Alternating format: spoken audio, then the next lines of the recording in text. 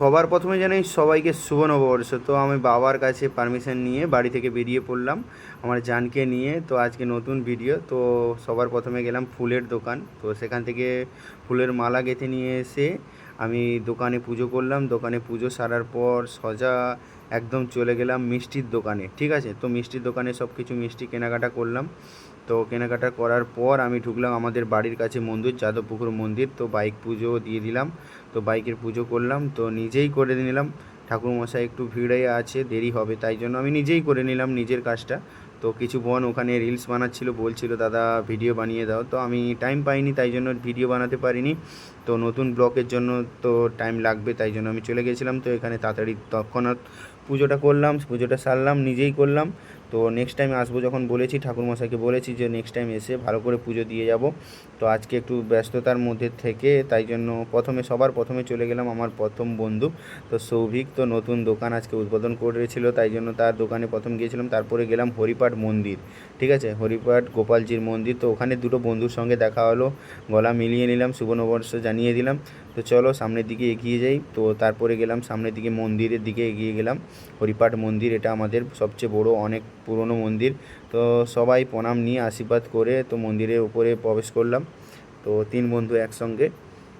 তো ঢোকার সঙ্গে সঙ্গেই তো লাইন দেখতে পাচ্ছ, অনেক ভিড় অনেক ভিড়। তো আমাকে একটু সাইড করে দিল, তারপরে আমি ঘন্টাটায় বাজালাম, পুজোটা সারলাম, তাড়াতাড়ি বেরিয়ে আসলাম। পুজোটা সারার মাত্রকেই বেরিয়ে এলাম। কমিটির দাদারা আমার ভিডিও দেখে, তো তাই জন্য একটু সুপারিশ করে দিল, খুব ভালো হলো। তো তিন বন্ধু একসঙ্গে রিলসও বানালাম একটা। তো টাইম ছিল না, তাই জন্য একটা দুটো রিলস বানিয়ে বাড়ি চলে এসেছি। তো অন্যদিকে গিয়েছিলাম। তো তারপরে আবার বাড়ির দিকে রওনা হব না, প্রসাদ দিচ্ছিল ভাইটা, যে গৌতম দা প্রসাদ খেয়ে যাও। কাকিমা একজন সেও দিল প্রসাদ, যে খেয়ে যাও বাবু প্রসাদ। তো প্রসাদ নেওয়ার পর আমি বাইকটা সামনে দিয়ে ঘুরিয়ে একদম ঠাকুরের কাছ দিয়ে আশীর্বাদ নিয়ে ব্লকের জন্য তৈরি হয়ে গেলাম। তো বাড়ি যাব, এবার বাড়ির দিকে রওনা হলাম। তো এবার হরিপাঠ মন্দিরে পুজো দেওয়া শেষ, পুজোর কাজ শেষ। ওখানে অনেক বন্ধুদের সঙ্গে দেখা হলো, খুব সুন্দর সময় কাটানো হলো। তো দেখার সঙ্গে সঙ্গে দেখো সামনে কিছু ভাই বোনকে দেখতে পেলাম। ঠিক আছে, ওরা অনেক আমার জন্য চকলেট নিয়ে এসেছিলো, তাই জন্য আমি ওদেরকে মিষ্টিমুখ করালাম, ছোট্ট আমার উপহার। তো ওদেরকে দিলাম, ওদের খুব ভালো লাগলো, খুব আনন্দসই ওরা নিল। তো খুব খুশি হয়েছে ওরা যে আমি ওদেরকে ছোট্ট এই মিষ্টিটা দিলাম। তো একটা পুচকি ছেলে দেখো, সেই স্মাইল দিচ্ছিল, তো আমার কাছে ছুটে এসেছিলো। তারপরে আমার বন্ধুরা আজকে পয়লা বৈশাখ, তো তাই জন্য জল দান করছিল আর ছলা দান করছিল। তো প্রথমে ওখানে একটা জল এক গ্লাস খেয়ে নিলাম। তো তারপরে আমার বন্ধু দীপক তো ছলা দিল, তো নিলাম।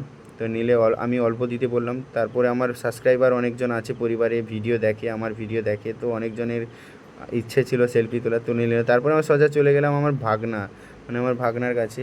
তো ওখানেও আমার বন্ধুরা আছে, তাই জন্য ওখানে ওদেরকে ডাকলাম। ওর মা এসেছিলো, ও এসেছিলো, আরেকজন ওর ভাই ছিল পাড়ার।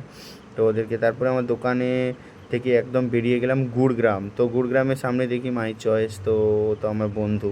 তো ওর সঙ্গে দেখা না করে বাড়ি চলে যাওয়াটা খুব অপরাধ হয়ে যাবে, তাই জন্য ওর সঙ্গে দেখা করলাম। তো ওকেও মিষ্টিমুখ করালাম। তো মিষ্টিটা হাতে দিয়ে তারপরে একটা রিলস বানাতে বলছিল ও, তো একটা রিলস বানিয়ে নিলাম দাদাটার সঙ্গে। তো দেখো তোমরা রিলসটা কেমন বানাচ্ছিলাম, তো দেখতেই থাকো, হাসবে। ঠিক আছে, তো ওকে একটা মিষ্টি খাইয়ে দিলাম। আমি বলছি প্যাকেটের মধ্যে থাকলেই খারাপ লাগছে। তারপরে আরও একজন দাদা আমাদের ডিলার বন্ধু, তো ওর কাছে গেলাম। তো এবার অনেক দেরি হয়ে গেছিলো, তাই জন্য বাড়ি যাব, মা ফোন করছিল। তো যদি আমার ব্লগটা ভালো লাগে তো প্লিজ একটা সাবস্ক্রাইব করে দিও সবাই।